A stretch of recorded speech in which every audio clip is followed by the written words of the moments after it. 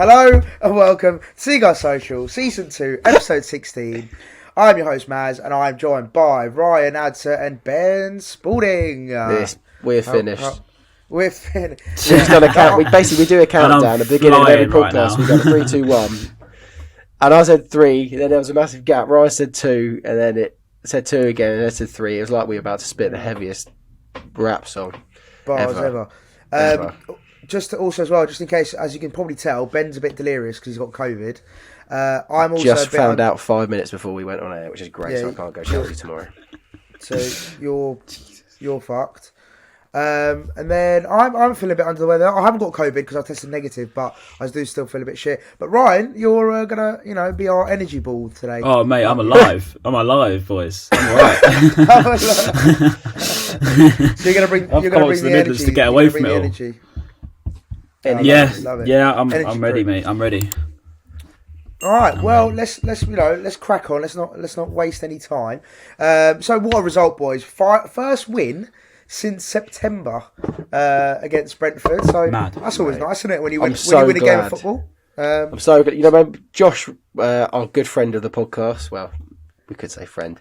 When he tweeted us, didn't he, during the day? He was like, "Hopefully you don't go like 100 days without a win."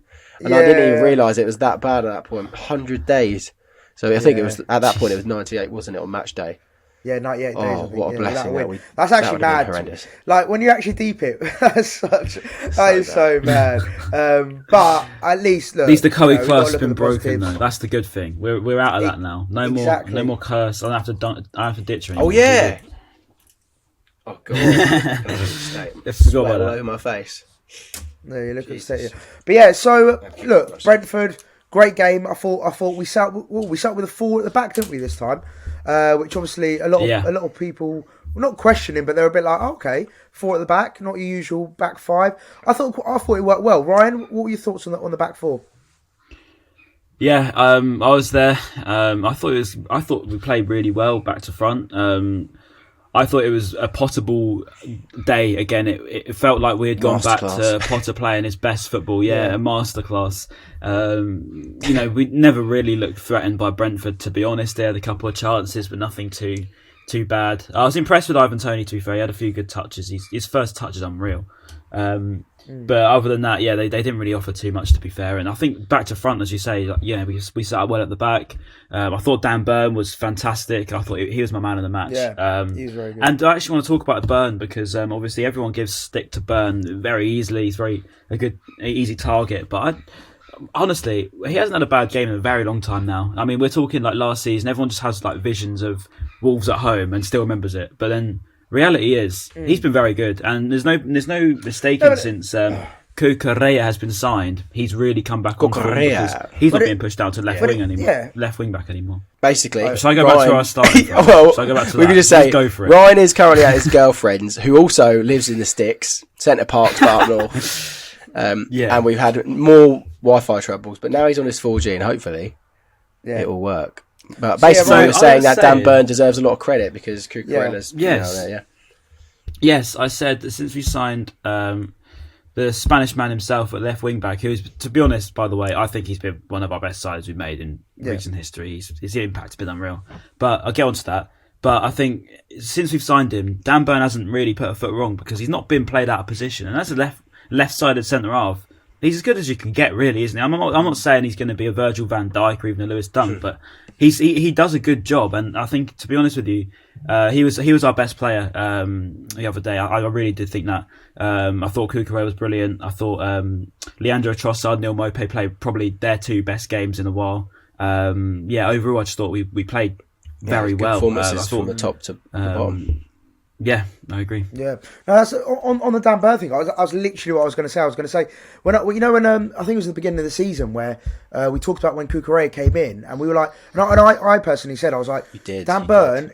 I said Dan Burn, he's a great option to have as centre half, as in he's a great cover, and I think that's been proven that since he's gone from left wing back, which has been his natural position. And I was one of those people who criticised him when he played left wing back because because it wasn't his natural position, and obviously he didn't play very well there. But since he's gone back to his natural centre back position, natural habitat. Yeah. He's been brilliant, and obviously we've had a lot of injuries, haven't we? Like Webster's been out. We've had Dunk obviously now out. Duffy, like and he's had to come in and play his part, and he's done it really well. So you can't knock him at all. Like he's sort of also was that true about him breaking his shoulder, dislocating his shoulder in the 10th minute or something like that, and he played the whole game with a dislocated shoulder. Yeah, I heard about this. I knew he hurt himself, but I didn't realise he actually dislocated it. And he played the whole game. He got it popped back in on the 10th minute. Yeah, that's mad. Fair play. Wow. Yeah, fair play. Hopefully he'll still be playing tomorrow, because sometimes it can be a bit iffy about that. But fingers crossed he'll be playing tomorrow. Should be right. But no, definitely, he was brilliant, I thought. And you talk about Cucurella as well, Ryan. You might as well start with him as well. He's been an absolute revelation. Best player in the league by far. Best player. All right, steady. Steady.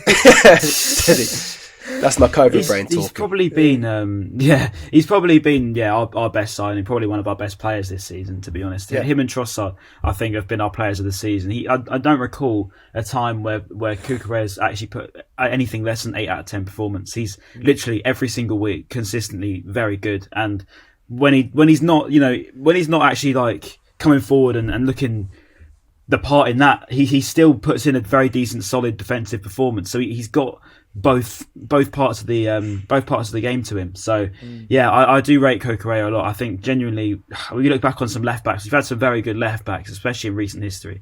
Obviously, we look back on Wayne Bridge and even Pocognoli more recently, but we haven't really tied down that left back spot for a while. Obviously, we had Gaetan Bong, who did a decent job for a couple of years, but in the Premier League, we haven't had that. Marcus Suttner was not very good.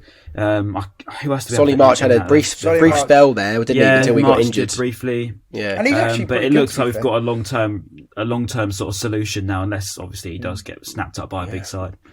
Yeah, no, 100%, mate. I thought, what was it? I saw a tweet someone made. It was quite outlandish, and I hope it was a bit tongue in cheek. But, well, I don't know. I'm going to open it to the floor, and I'll start with you, Ben. Basically, he said that he's the best left back in the league behind Cancelo, which is a big statement. Considering he plays football. Considering there's a lot of talent in the Premier League at the left back spot. Let's start with you, Ben. Well, how do you rank him in let's say out of all the Premier League sides, out of all their left backs, where do you sort of rank him, Cucurella? If you're going on form right now, he's definitely in contention for sure. You can't deny that. Like, you think about the top teams. Well, they've got Sergio Reguilon at Spurs, and I don't think I know he plays, but he's not playing consistently. Yeah, got Alex Telles, who's come in for sure. He hasn't really done amazing at United since he's come into the side. Obviously, Chilwell's injured, so literally, you'd probably say on recent form, he's definitely up there with Robertson and Cancelo for sure. But it's an outlandish statement, but there's definitely some facts behind it. No, mate, I think it's definitely a top, I'd say top 3. Because considering the players that are out injured and the ones that are playing are a bit out of form, I don't see if it's that big of a statement to be honest. But Ryan, I think if you base it just off recent performances, I think obviously if you're going to say something like, you got to wait another season or two until he's really proven it for a good year or two. But as I say, I don't recall the last time he put anything less than sort of an 8 out of 10 performance in. So he's always very reliable. He wins tackles very, very easily, to be honest. He makes it look very easy, comes forward well, has a good cross on him, has had that shot as well a couple of weeks ago. So I think genuinely he's got pretty much everything you want in a left back to him, really. I couldn't really name a weakness in his game at the moment. This is what I've said before in a few other podcasts, where basically, if I've gone into another channel, they always ask me about Cucurella. They're like, what do you think of him? And I always say, I feel like he's got, for example, like Wan-Bissaka or I'm trying to think of someone else. Basically, they're either very, very good at one thing, so they're either really good at attacking or they're really good at defending. But I feel like Cucurella's got the nice mix of both. Yeah, so he's good at going forward, but he's also good defensively. Whereas a lot of fullbacks, I've only have. Well, apart from Cancelo, who's very good at both. People say that Trent's only good at attacking, don't they? They always say he's not really good at... Well, you look at Tariq Lamptey as well. I mean, you look on the other side, we've got another gem there. And he can do both, really. We've actually got two of the best fullbacks. He's flying in some tackles. He put in a fantastic one. And he got a foul in the second half. That was crazy. Yeah, that was bad, mate. Yeah, in the second half, he got booked. Not he did get booked, it was such a good tackle. Yeah, and he put in a really mad one. I mean, most people, if it's bouncing in front of you, you just put your leg in to try and just try and get it clear. But he dives in with his head and clears it out. I don't know if you remember that bit. It was M Burma. He just goes out and clears. I thought it was brilliant. That I thought little 5'4" Tarek Lamptey is literally getting around someone and heading it past him. I thought that was brilliant. Mate, I love him. I think going back to your point, Ryan, like how we haven't nailed down the sort of left back position. I suppose you could say the same for now that we've got both full back positions nailed on. It's so like it's nice as a fan. It's like so reassuring. We haven't had that, have we, for a while? Yeah. So it's really nice just to have that sort of reassurance, so to speak.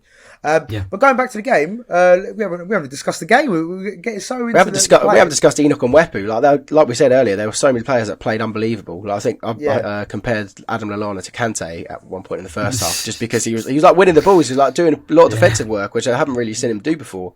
And then we could probably go on to the goal now, like Enoch and Wepu's ball. I saw some African football page. They were saying that they've actually got a name for that ball here. They're like, he doesn't have to look for the player. He just knows where he is, and that it's got a certain name for Enoch Wepu's pass when he does that. Yeah, it was a pretty bonkers tweet. It's maybe where he gets his computer nickname. Yeah, he gets his computer nickname from. But yeah, great ball, and then obviously the finish. Oh mate, the finish, fantastic finish, sublime, really good finish.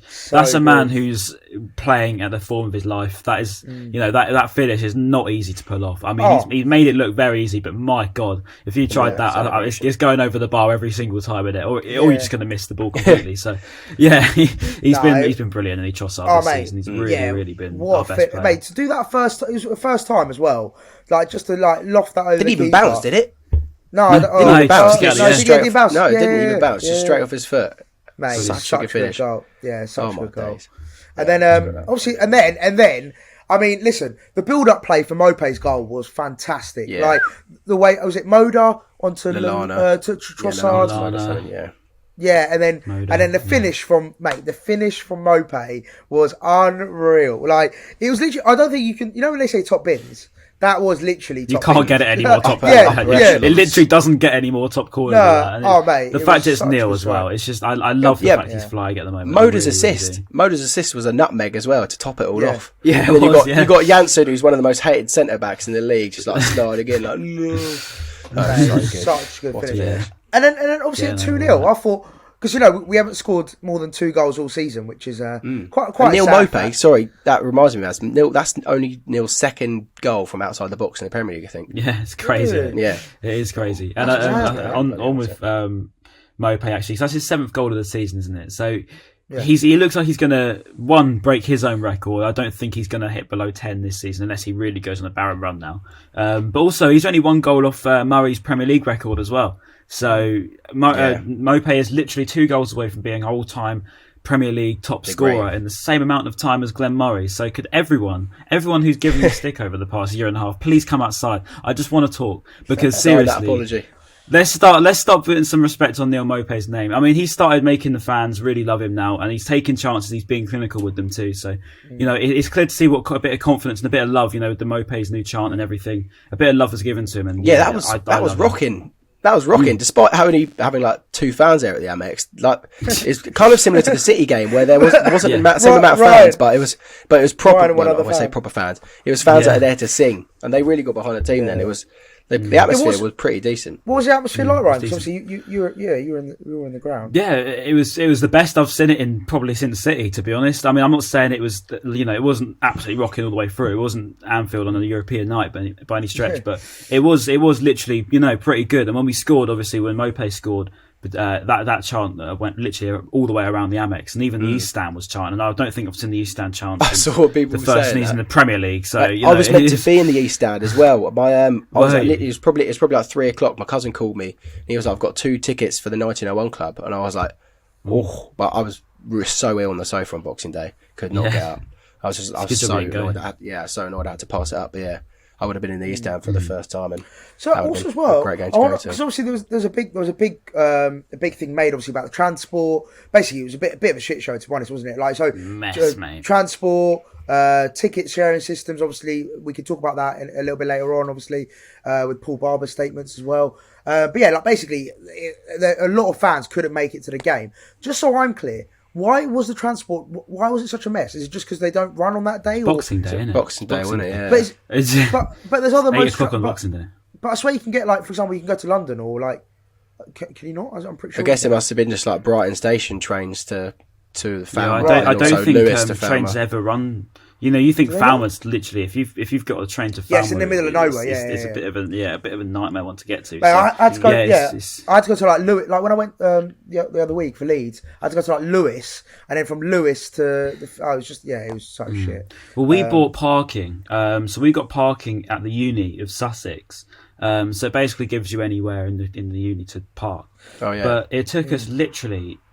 I don't even know. I think we're stuck in traffic about 40 minutes. So I got there 15 minutes before kickoff, and I got out because my dad was still parking. He didn't get into the ground until 30 minutes played. So just after Trossard scored. Oh shit! So that's how bad it was. Like he literally could not park because everyone was obviously parking. Oh, right. And then on the way out, so you come over the bridge, and I've parked there for quite a few times, but you couldn't. They were stopping everyone because they were doing it as buses. So if they're really worried about this whole COVID thing, they had thousands of people just stacked to the top of this and just waiting to you literally just move, and they wouldn't let you move because they were assuming that everyone was getting a bus, but we weren't. We were just parking, and I'm assuming quite a lot of the people around were just parking, but we were all stuck there at the top of the thing for literally about 10 minutes. And I was just like, mate, we just want to get home. Like, this is ridiculous. I've had to get the shuttle bus back from what festival was it? Boundary, like a couple of years. And it is absolute hell getting back from there. So I can't imagine what it would have been like for football as well. I mean, you think you've got probably 20,000 fans there. I mean, probably not 20,000, probably about 15,000 fans there. I mean, majority of them are going to be getting buses or they're going to have done, some sort of drive there. And I mean, to be fair to the club, I'll give credit to the club because obviously it isn't easy to pull that off. I mean, when you've literally got all public transport cancelled, they've done a very decent job considering where the Amex is and the infrastructure's not great in itself anyway. I mean, they've done a decent job to actually get people to and from the Amex. But here's the question, Ron. Would Sky have like said to Brighton and obviously Brentford as well, say, look, we want to move this fixture to 8 o'clock so it's on TV, or would they say, no, we have moved it, you have to deal with it? Is it, or is it something they agree just say, well, there's clearly not. There's no consideration to fans there, is there? I mean, I can't imagine. I'm wondering if there's consideration to the club as well, whether they go, will this be doable? Is there going to be transport? Well, and stuff like that? I can't imagine because you see Klopp complains every 2 minutes of the day anyway. We just don't kick up a fuss about it. But I mean, Klopp's moaning in the media all the time about the kick-off times and saying that BT are a disgrace and that Sky are a disgrace and whoever. It's clearly not something that the club want, but I could not think of a more stupid time to kick off than 8 o'clock on a Boxing Day. I mean, I was just like, mate, I don't want to go to this at the moment. I'm shattered. I want to go to bed. But no, it's a good job I did go because it was a good game. But I just think it's just ridiculous. People can't get to that. I mean, physically, I know so many people that didn't go because they physically couldn't get home. So where's the logic in that? I don't know. But that's down to Sky TV and whatever. So. Getting home must have been horrible if you didn't drive. I mean, I would have hated to get one of them buses and packed into it. It's just, I think that would have driven me. That's probably why so many people have got COVID. Imagine so many people got COVID just from getting in those little crowd buses. Yeah. An unbelievable turn of events. Maz dipped out. What? Ryan did. I think that's the first. Ryan had the cheek. To say. Ryan piped up. He's like, I had to. Look, you've got to take your chances in this game. You've got to take your chances. Yeah, I'll rate it. I'll rate it, Brian. I'll rate it. But we were going on to talk about Bobby Sanchez because I think you could argue that he saved us, didn't he? Really, twice from a draw, really. So 2 key saves. All hail Bobby Sanchez. What the first one though? Had deflection and then with his legs, and then it just kind of skims over the bar. Oh my days. It was unbelievable save, but what are your thoughts? Do you know what? I know it's just like the Spanish connection, but it's like sort of like a David De Gea save, isn't it? David De Gea loves to use his feet. He loves the dramatic save as well, doesn't he? The dramatic, So I thought it was very David De Gea-esque, and considering David De Gea's on flames at the moment, he's probably revived his sort of 17-18 season. I thought I'd do a little comparison there. But on that, let's talk about, because I saw, it's a question I wanted to pose, really, and it's similar to the Cucurella question, but again, it's sort of one to open to the floor. We'll start with you, Ryan. Bobby Sanchez, where do you rank him in the Premier League goalkeeper? So again, it's very similar to the Cucurella question, but where do you rank him? Because I saw a lot of talk about him, like, really becoming one of the. Again, I saw another tweet, someone saying, like one of the best players, goalkeepers in the league, and he's really come into his form, like becoming a bit more consistent. What are your thoughts on Sanchez and where he sits in sort of the top tier? I think with Sanchez, he's got a long way to go, but he's definitely got the potential. I mean, statistically, he's up there with some of the best goalkeepers in the league. I mean, in every stat, he's literally pretty much up there with clean sheets. You name it, he's up there. I think the one thing that Sanchez probably needs to work on the most is his kicking now, which is probably something that we never thought we'd say, because his kicking towards the beginning of his Brighton career was very, very good. I think that probably this season, mostly, he's been... his kicking hasn't always been the best, to put it that way. But overall, he makes some very, very, very good saves. He just has moments in him. I mean, it wasn't long ago we were talking about, he was on a really bad run of form and he was the weakest link in the side. So, I think it'd be hard to say, he's up there with, whoever. I wouldn't even put him in the top 10 yet, because I think it's just you've got to let him develop first. He's got the potential, 100%. But I just think he still has it in him to really cause a problem sometimes. But I do like him, don't get me wrong. You can see the potential. You can really see the potential of some of the saves he makes. Like, I think that's not the first time the season where he's made that save. I think it was Pinnock's header, and literally scoops it off the line and out. And obviously hits his shoulder against the post. But that's not the first time he's done that this season. The reflexes.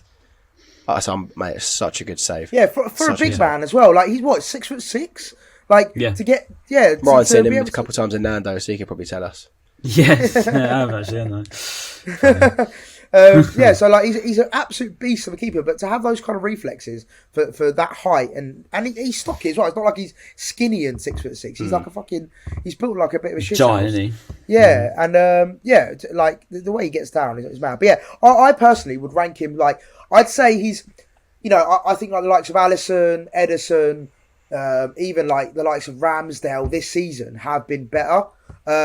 If you're going to be comparing him to other goalkeepers, but I think he's definitely, he's making a claim now for sort of like top 5 goalkeeper in the league. In terms of consistency and that kind of stuff. Like, he's pushing. If people were saying Kasper Schmeichel in the comments, then at the moment, no way. Kasper, he's having stinkers. He's putting stinkers left, right, and centre for Leicester. You could maybe argue Jose Sarr, the hair look-alike at Wolves, potentially, but he's been good, actually. He's been good, but I definitely agree. He's definitely up there, one of the better goalkeepers. Well, like, I wouldn't say he's top 5 yet, but he's pushing. He's pushing towards that top 5 sort of spots. And then he was actually saved by Cucurella and Dan Burn. Like, for one, I can't believe that Mark Cucurella beat Dan Burn for a header to clear that off a line. That was absolutely mental. I've always slated Dan Burn's heading ability, and I know he won all his battles and stuff like that against Brentford, but Mark Cucurella beat him in the air to clear it off the line. Like, what? You can't make it up. I think what I take from the Brentford game the most is we actually just had a bit of luck on our side,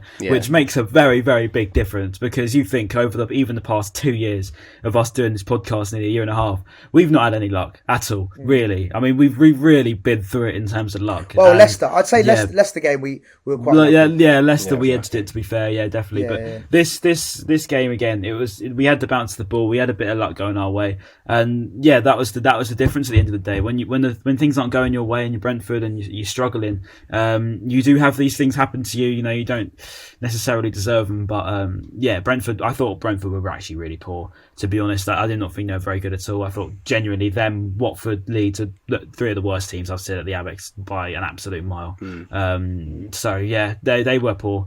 But we had to finish them off, and we did clinically, and that's something we have not been able to say for a very long time. What did you boys make of Alexis McAllister? Because people will be screaming at us if we don't talk about him. Obviously, he came in. I was buzzing that he came back, and I think he done pretty well. I don't know what you guys think. Yeah, go on, Ryan. I know you're a McAllister fan, so you kick off, mate. I'll tell you what, right? I want to talk about McAllister, because this is something I picked up from being at the top of the West. You get to watch the game, and sometimes people say, "Ryan, wouldn't you rather be in the atmosphere?" Yes, but sometimes it is actually good just to be a bit of a nerd and watch it like you're playing Football Manager. So that's what I did. And I watched it like I was playing Football Manager. So I watched Alexis McAllister, Adam Lallana, Enoch Mwepu, I think it was Danny Welbeck come on, Neil Maupay, I was watching them 5 players, our attacking sort of players. I know Lallana played a bit deeper, but genuinely, we were pretty much playing without positions, and it sounds really weird, but we had Danny Welbeck played all the way across the 3 without every single time he was playing all the way across the 3. He went striker, he went left wing, he went right wing, he dropped deep. Mopé did the same. Literally, left wing, right wing, striker, went deep. McAllister, exactly the same. Left, central, up front, right, dropped deep. We had Mwepu, did exactly the same. He went on the left, he went on the right, he went up front, he dropped deep.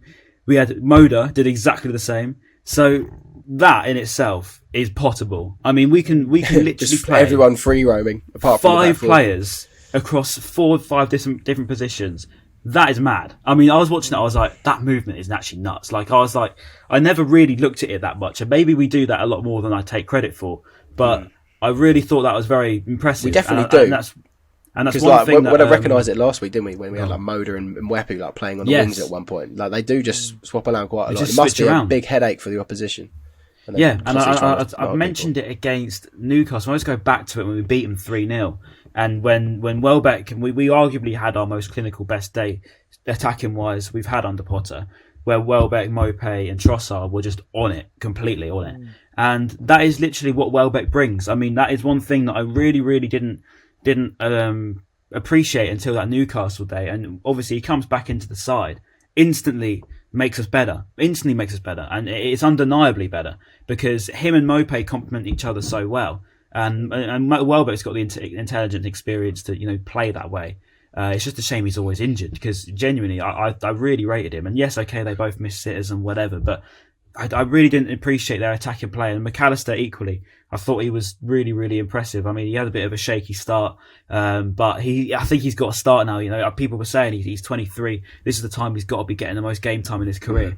It's vital for him to get delivery was good as well. A couple of free kicks that he took. Yeah, he had a few shots as well. He's just very lively. He looks like a footballer. I don't know how to explain it, but he looks like a footballer. He walks around with a bit of an arrogance. He walks around like he's glad we've got a proper number 10.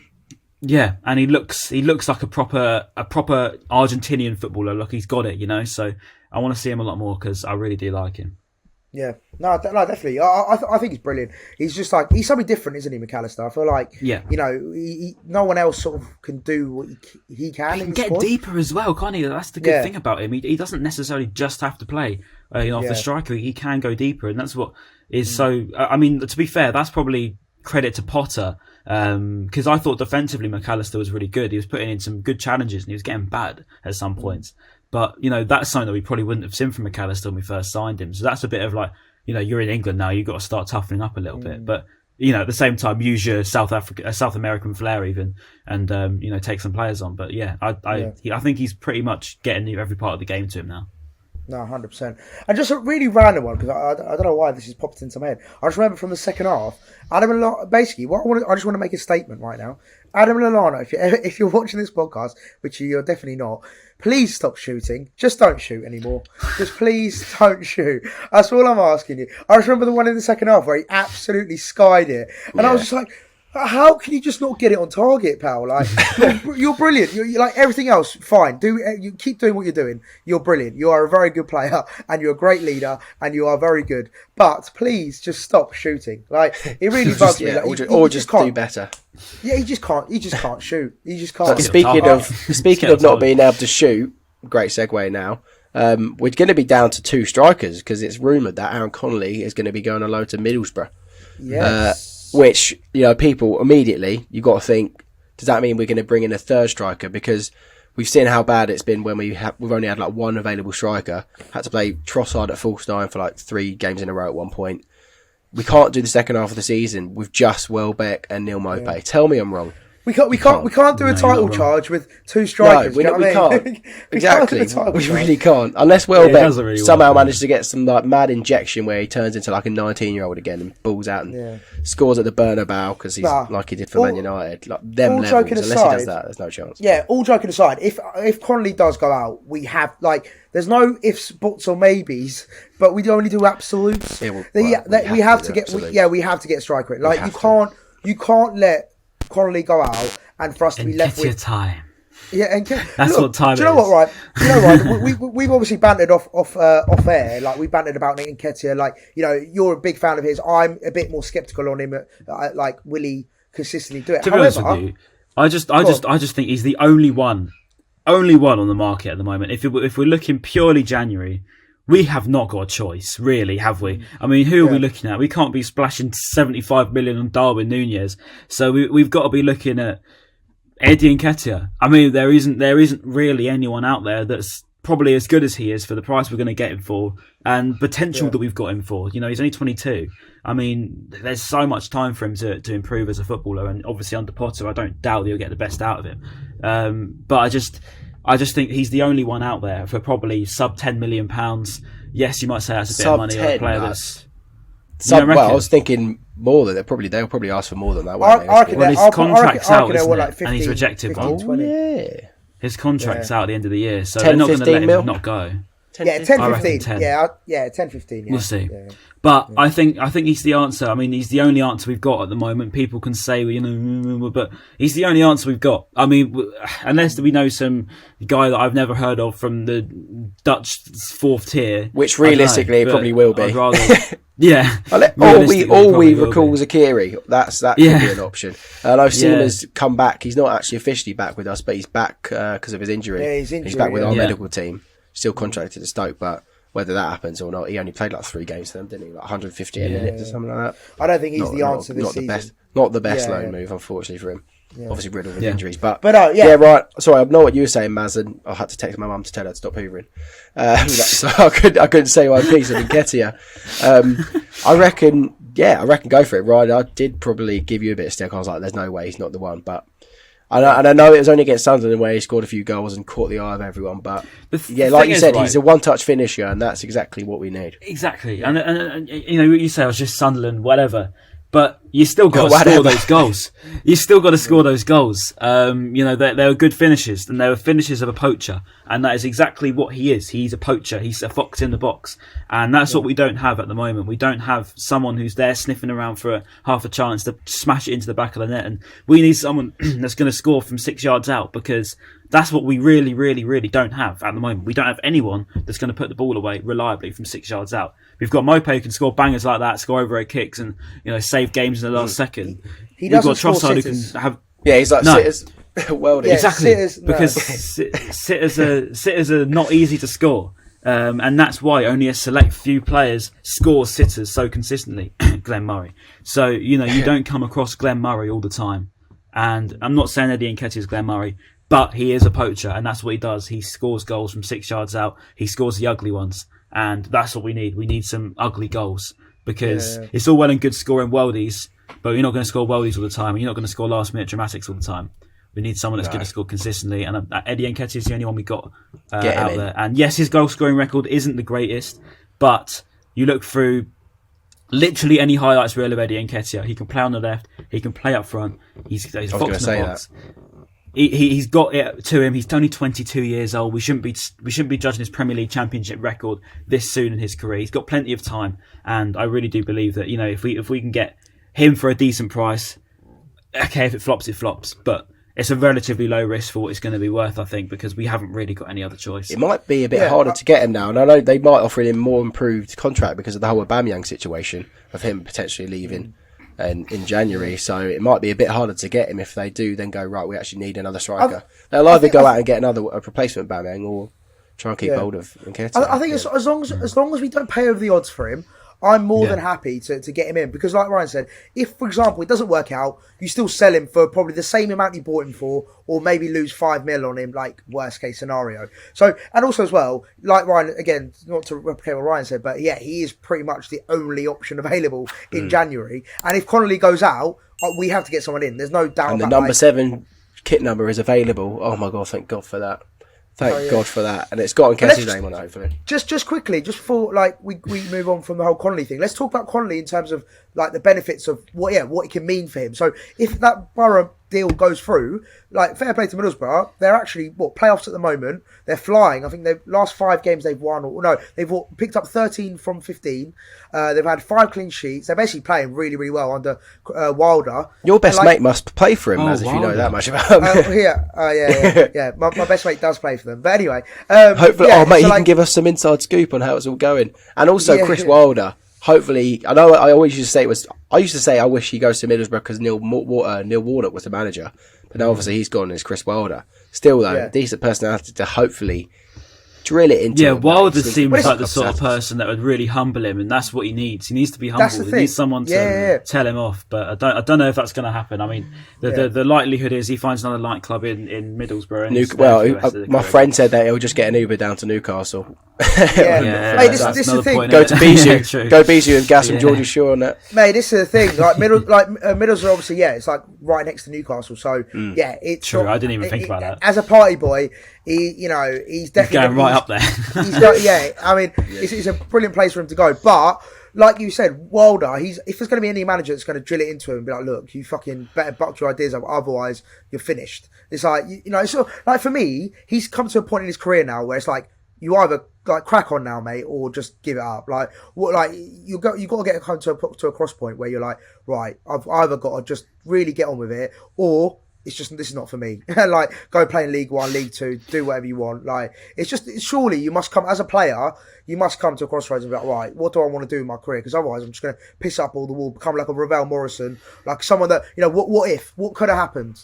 All this bags of potential, but now you just pissed up the wall, quite literally. So yeah, I want him to do well though. I want him to do well. Yeah. And Warren Aspinall said it just before the game. I was listening to the radio because we literally were running so late for the game. And Warren Aspinall was, he was saying, he said he was guilty of it when he was a footballer. He said that, he was guilty of going to the pub, 5 days a week and ruining what should have been in his career. And they said it only hits him. He says, I'll be all right, I'll be fine. But it's only when you get to the end of your career, and when Aaron Connolly's 35 and he realises he's not really done anything in his career apart from going out drinking all the time, which is great. I'm not saying don't go out and enjoy yourself, but I'm saying at the same time, you're a footballer. You're being paid to do what most boys' dreams are. I mean, my dream is all my life is when you're a kid, I wanted to play football. I want to play at big stadiums. I still would love to play in big stadiums. Never going to happen, but I'd love to. He's living my dream. But he doesn't. He just doesn't take it seriously enough. I mean, equally, like see Dele Alli, he's on TikTok making TikToks. I mean, he's got the quality to be. He had numbers better than Lampard and Gerrard at one point back when 2016. So what happened to that? He wasted 5 years of his career. I mean, we've also seen the Jose Mourinho thing where he's having a go at him, saying you're 20 now. He said Mourinho said yesterday I was 20, now I'm 56. He said that's how quick time flies. He said you need to seriously. He said because you'll be 56. And you'll be regretting everything you've done over the past. But, it doesn't go into these people's heads. It went in one ear and out the other for Dele Alli. And unless he does listen now. I don't think Aaron Connolly's going to be much different. But I hope for his sake and I hope for our sake, he does change it around. Because he's clearly got something about him. Otherwise, Potter wouldn't keep trying to play him. But you've got to show for it now because you're at the point now where don't impress here and you're being sold off and that's it. We won't see him again in the Premier League, at least, unless he really does go set it alight. But like an Adam Armstrong kind of vibe. Like he's a very similar player, isn't he? He reminds me of Adam Armstrong, like small, stocky, like that kind of player. And can finish, on his day, he can score goals. I mean, he's just not shown it enough, but no, exactly. But just to draw the line on that one. Look, I wish him all the best. I hope he smashes it at Middlesbrough if he goes, obviously. But whether he does it or not remains. Sort your head out. Yeah, sort your life. No, I'm joking. Not that much. So, I mean, I think we've pretty much covered most things, boys. I suppose it's just Chelsea preview, isn't it? Obviously, Chelsea. We spoke about the ticket exchange thing we spoke about it in the last episode, but obviously then Paul Barber recently came out with a statement saying it was just clickbait. I haven't seen his statement. Basically, I think he just he basically disregarded the whole He disregarded the whole argument, and he basically said it was click. The person who wrote the article. So, We Are Brighton, I think. Yeah, a bit of context. We Are Brighton. One of their journalists wrote an article about the situation, about the ticket situation, how it's really difficult to share tickets. Basically, talked about the whole thing, affecting the atmosphere, and affecting the atmosphere, etc. And then Paul Barber, I think Paul Barber either saw it or he was asked it, I think, in a press conference. Yeah, in a press conference, yeah. And then he basically said, they're just doing it for clickbait, which I found a bit bizarre, because I don't think that's the response you should be really giving to fans who are just bringing up legitimate concerns. Yeah, legit. We're not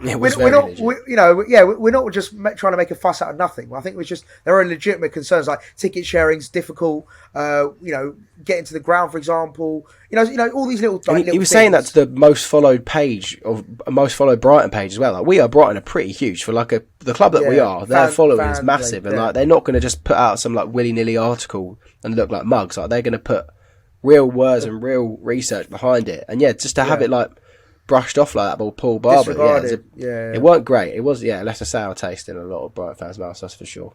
I don't know.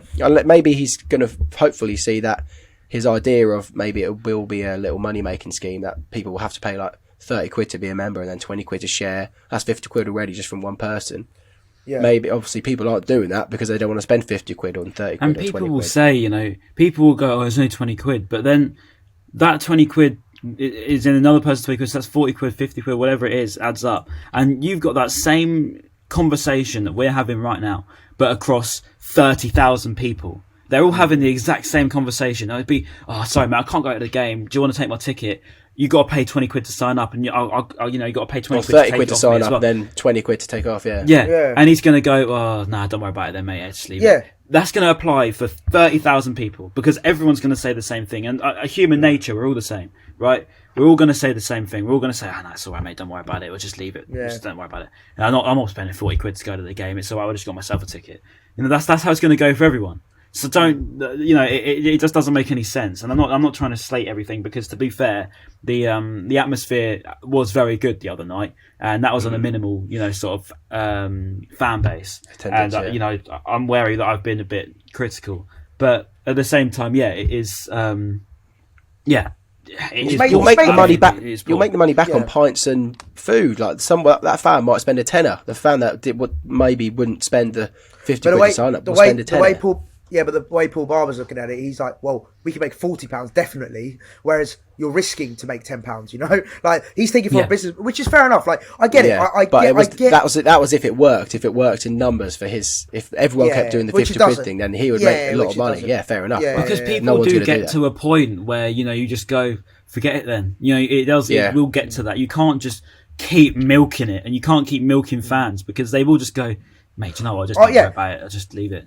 Just to be clear, to put it on record, I think it's a farce. Like, I think it's ridiculous to sign up for 20 quid and then to pay another 20 quid. I think it's absolute shambles. But I'm just thinking from their perspective, why are they? I'm trying to think why would they be doing it? And I suppose they just want to make as much revenue to then obviously benefit us. $1, innit? That's all it is. Obviously it benefits them, but it also benefits the club. If we can bring in better players, but it also as well, I think a big thing is as well as fans, if we saw that money being well spent, we'd be like, okay, cool, that's all good.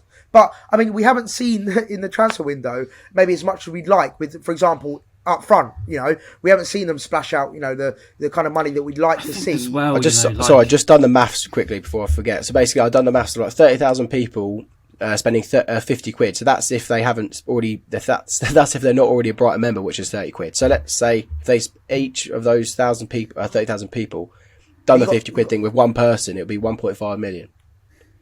But you've got to bear in mind though, so you're better off doing 10,000 or 15,000 because obviously not 30,000 people would be giving their ticket away. But no, so maybe that's the maths that Paul Barber done. So saying if one of these fans didn't make to one of the games, if 30,000 people done it, but let's say 20,000 people then. Yeah, I'd say 10. No, I'll do 10 because 10,000 not going is more is more realistic. I mean 10,000. I'm talking about the whole season though. The whole season, not just in one match. The thing is, we're going to talk about finances of the club, and different finances go into different things. It's that not every single penny that's made for the club goes into transfers, nor does it go into their pockets, nor does it go into anything else. But at the same time, I just think, it is. It just gets to a point, isn't it, with all of sort of modern football at the moment, and we spoke about it, more recently in the past. We've spoken about the sort of way modern football's going, but I think, if there's anything to base it off, I mean, you look at the last game, you look at the atmosphere there, probably one of the best we've had at the Amex since May time this year. Even I thought it was New Year's. May time Leicester this game year. Against September. You probably Leicester was all right towards the end of the game, So apart from those, really, there isn't too much to really show for it. So it's something that the club have to get their head around, because it works both ways. You can say fans need to make more of a noise. Fans make more of a noise if they're entertained. To be entertained, you need something back from the club. So it literally does go both ways. It is a 50-50 split. At the same time, I saw Andy Naylor, a few journos as well, talking about the fact that winning makes fans magically more happy, which obviously it does. Scoring goals, fans are going to be happier when they see goals scored. And Naylor said that we've played pretty much the same, but we haven't got the results. In the last couple of years, we've played pretty much the same. Yet fans have still been agitated.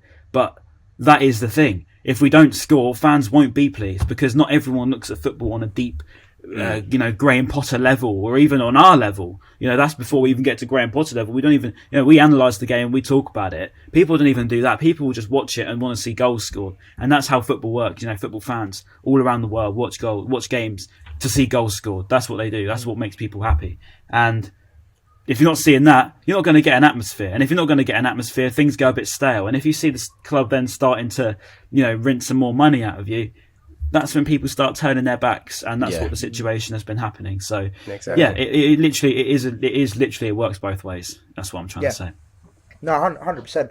And then finally, then boys, Chelsea tomorrow. So I'm going. Ben was meant to go, and then got COVID 5 minutes for and Ryan's up north. So I mean, it's going to be interesting. Chelsea obviously playing pretty well. They have, however, in saying that, obviously they are flying high. They have been a bit faltering a little bit, haven't they? They've been showing signs of weakness, so to speak. So you never know. We go into the game off the back of a good result. You never know. I would take a point all day long. But I don't think they're as invincible as maybe they were a bit earlier in the season, where they were just basically banging goals for fun. Literally smashing it. We done well against them, didn't we? In last season at Stamford Bridge, I remember it was literally 1-0. Didn't Welbeck hit the bar from a long range goal? Yeah. That was when the riots were going on. And we played really, really well and really took the game to them. So obviously that was without fans, but I don't know. I'm feeling a bit confident. Not overly so. Pretty disappointed that I can't go to the game now, which is probably why I'm feeling a bit less confident. But I feel like we could do something. We could take the game to them. Like you said, they were out of form. They got a decent result against Villa. Lukaku's now back, and that changed it, didn't he? That second half substitution where he came on changed the whole game. Yeah. Whether Dan Burn and Webster, if it's a back four, can deal with Lukaku, we shall see. That'll be quite something. Webster's got a bit of settling to do, hasn't he? Actually, that's one player I'll probably pick out.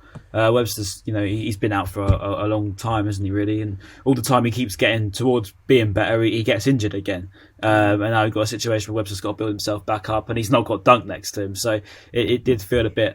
Webster did feel a bit shaky at times, to be fair, because there was multiple situations where the ball come over, and there was no pressure on him, and with Dunk or even Ben White, he'd chest that down and play out a simple ball, whereas Webster was just clearing a header and it was just going back into the air, and you'd be like, what were you doing, mate? Just take it down and but that's just, I think it's just the injuries has really halted Webster.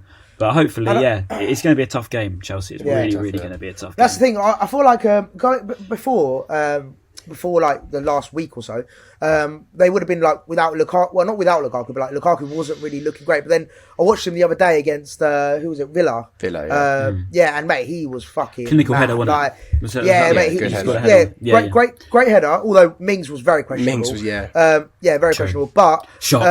What was surprised about that for? But then for the penalty for the third goal, he was just the way he just powered through. I think he had 3 defenders just knocked him off, got taken down, and they obviously scored their third goal and finished off the game. So I don't know. Lukaku now back. He's a monster, isn't he?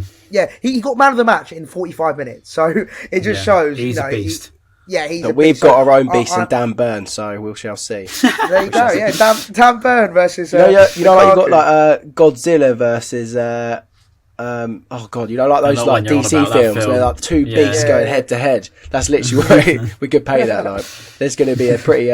I'm worried though. Like now that you've said that, Maz, when he was through on goal, and you got Ezri Konsa trying to catch up with him. Imagine Dan Burn trying to catch up with him. It's going to be. Yeah. When he gets going, I don't think there's many defenders in the league that can stop him. No, Lampsey getting stepped on by Lukaku probably. Yeah, you know what? Right, I really wouldn't put it past Tarek to just crunch him because he's so small, but he's genuinely really strong. So you saw what he did to Grealish. Remember, he turned him inside out. He has only little bits of skill. But then at the same time, he can crunch someone. He really can crunch someone. So I wouldn't be surprised to see Tarek do something like that. Back at the bridge with fans as well. So yes, good point. Yeah. Bang up. Didn't think about that. Good point. Yeah, good point. All right. Well, look, predictions, boys. Ryan, let's start us off with you. Predictions for Chelsea. I'm gonna go positive and hope that we can get a point, and I'm gonna say 1-1. I think Mopé's on a bit of a run at the minute. He looks clinical. And he's looking positive, so I'm going to say Mopé's going to score for us. I mean, you can take your pick as who scores for Chelsea. To be honest, they have got a few that are going to knock some goals in. So probably the phenom Christian Pulisic. He's like the Christian Pulisic, man, that guy. Really? Oh my god, he's such a baller, right? Bro, for real. Oh mate, but no, yeah, bro. I am worried about Christian Pulisic, but no. Overall, he plays centre mid, doesn't he? Yeah, he does. He's like centre mid. Centre mid. He stood there like he's like the biggest. He's like I'm probably Pulisic's number one fan. He's like he plays centre midfield, right? He's like yeah, definitely. He's the phenom guy. Oh, shout out Zach.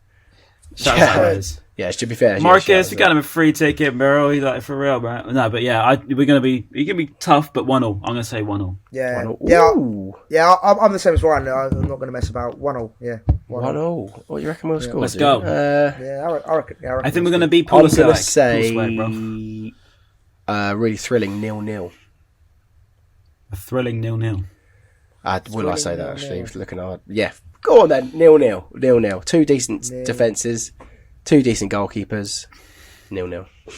Nice. Okay. I'm glad I'm not going now if it is 0-0. Oh my god, I forgot about Edouard Mendy. I forgot about how good he is. He's been a bit shaky recently though in their bit of form. But still Was it the first goal when I know it was Rhys James? Obviously, it was deflected, but yeah, he looked a bit flappy. But yeah, no, it should be a good game. And yeah, I'm the same as Ryan. I feel confident going into it, considering we finally got our first win in about 3 months.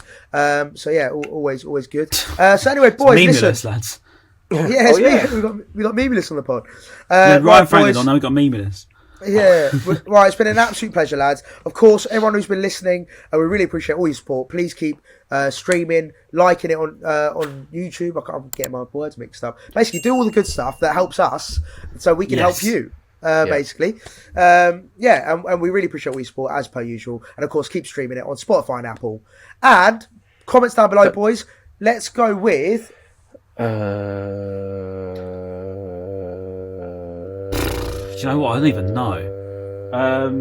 Hashtag it's COVID gang. COVID gang. Will that even be allowed? Because I swear YouTube filters comments. Oh yeah, don't. Oh no, but no, don't do it. They probably will. Don't do that. Do something about Trossard or Mopé because they've been scoring, haven't they? Or everyone just put hey Neil Mopé. Yeah, right. Let's go with that. There you go. That's your comment down below this week for YouTube. So I really appreciate it. Peace out. We'll see you after the Chelsea game. Sorry, quickly. Did anyone get like a Brighton related Christmas present? My mum got me this, right? And I don't know if she thinks I'm like a 12-year-old, but she got me this. It's like, you know, those letters that you put up.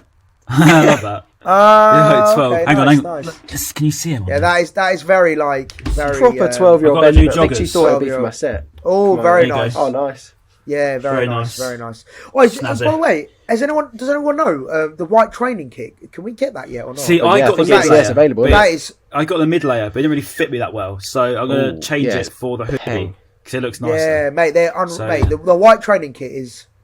It is nice. Yeah. Lovely. All right, boys. Peace out, A-Town down, and we'll see you after the Chelsea game. Peace.